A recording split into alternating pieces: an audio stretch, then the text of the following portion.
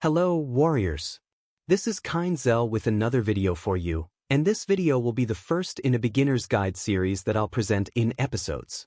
It will be a playlist so you can follow the complete step-by-step process to grow in Age of Empires Mobile. In this first episode, we'll discuss the best civilization to start the game with. Later on, I'll bring videos about heroes, the best formations. Thank you so much. And now let's jump into the content, which is what really matters here.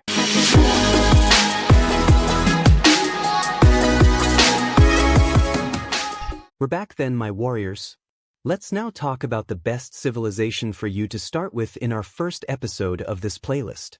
Clicking here on our profile picture, we have the option to change civilization, and the available civilizations are Chinese, French, Byzantine, Roman, British, Egyptian, Japanese, and also Korean. Yes, we also have Koreans.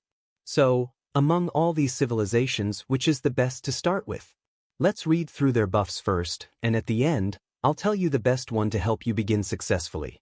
For the Chinese, we have Archer Defense, Villager Limit +8, and Wall Durability. In summary, this will help archery troops gain more defense, something they need because they are much more attack-oriented. The Villager Limit helps you have more villagers in the city, meaning more workers to gather resources, and the Wall Durability increases your wall's health, making your city more resistant to attacks. For the French, we have Cavalry Defense, which is also a unit that leans more towards attack, though it's somewhat balanced between attack and defense. This would help it become slightly more resistant. There's also Resource Exchange Rate, which helps you have better trades in the city market because here, unlike in other games, you can't send resources to others.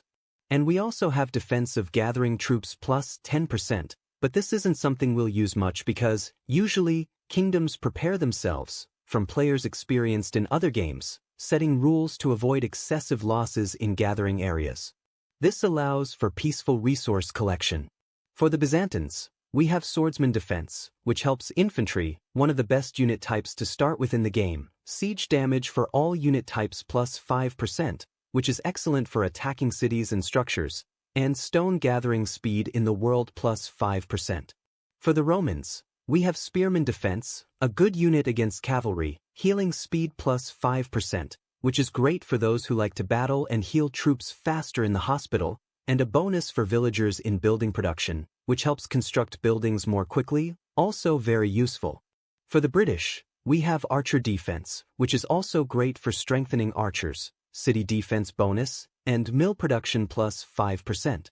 These are some interesting buffs, but the best defense, as we used to say in Rise of Kingdoms, is a shield.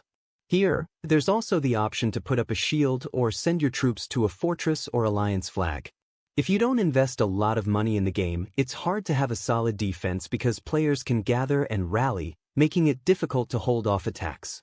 Defense can feel almost useless in this context. This defense is primarily for players who have more resources and invest more in the game.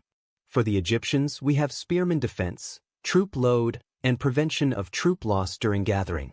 This civilization is quite interesting. I'll create another video later specifically about gathering. Spearman defense is always beneficial, as spearmen are weak against swordsmen but are excellent against cavalry. Troop Load is a great buff that helps you gather more resources. Prevention of troop loss during gathering ensures fewer troop losses if your gathering troops are attacked, as they'll end up in the hospital instead. Although this might not be a big issue, given that many games implement rules discouraging attacks on gatherers. For the Japanese, we have Swordsman Defense +5%, which makes them even sturdier. Attack bonus against player cities, which is great for rallies and city assaults. Attack bonus against world tribes helps in killing barbarians and tribal units around the map. These buffs make the Japanese more offensively oriented, ideal for both attacking barbarians and player cities. It's a great choice for those who spend more on the game. For the Koreans, we have Cavalry Defense +5%, a solid buff. Plunder Limit +500k is excellent for those who enjoy raiding cities for resources. The Resource Storage Protection Rate helps shield 10% of your resources from enemy attacks, ensuring your city is better protected. So, what's the best civilization to start with?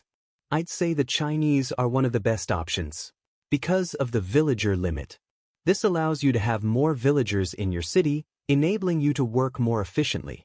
Early on, this is very important for constructing buildings and gathering resources. The archer defense is also beneficial, as archers are a solid early game unit alongside swordsmen. Additionally, the wall durability helps keep your city secure longer.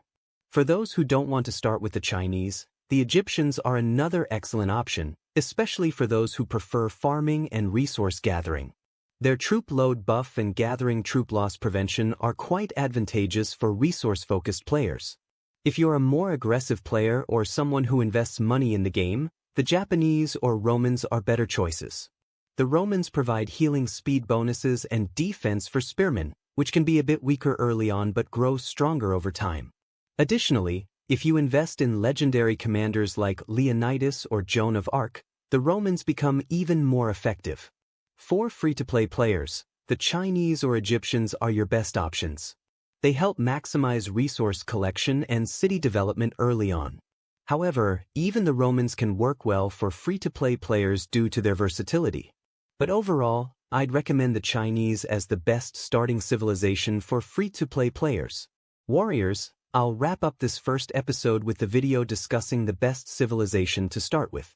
In the next episode, I'll probably cover either the best troop types to start with or the best heroes. Feel free to leave your thoughts in the comments. Let me know if you'd like to see a focus on unit types or jump straight to heroes. What's best to kick off your journey in the game? Don't forget to subscribe to the channel, enable the notification bell for all updates, and stay informed about new videos and live streams I share about the game.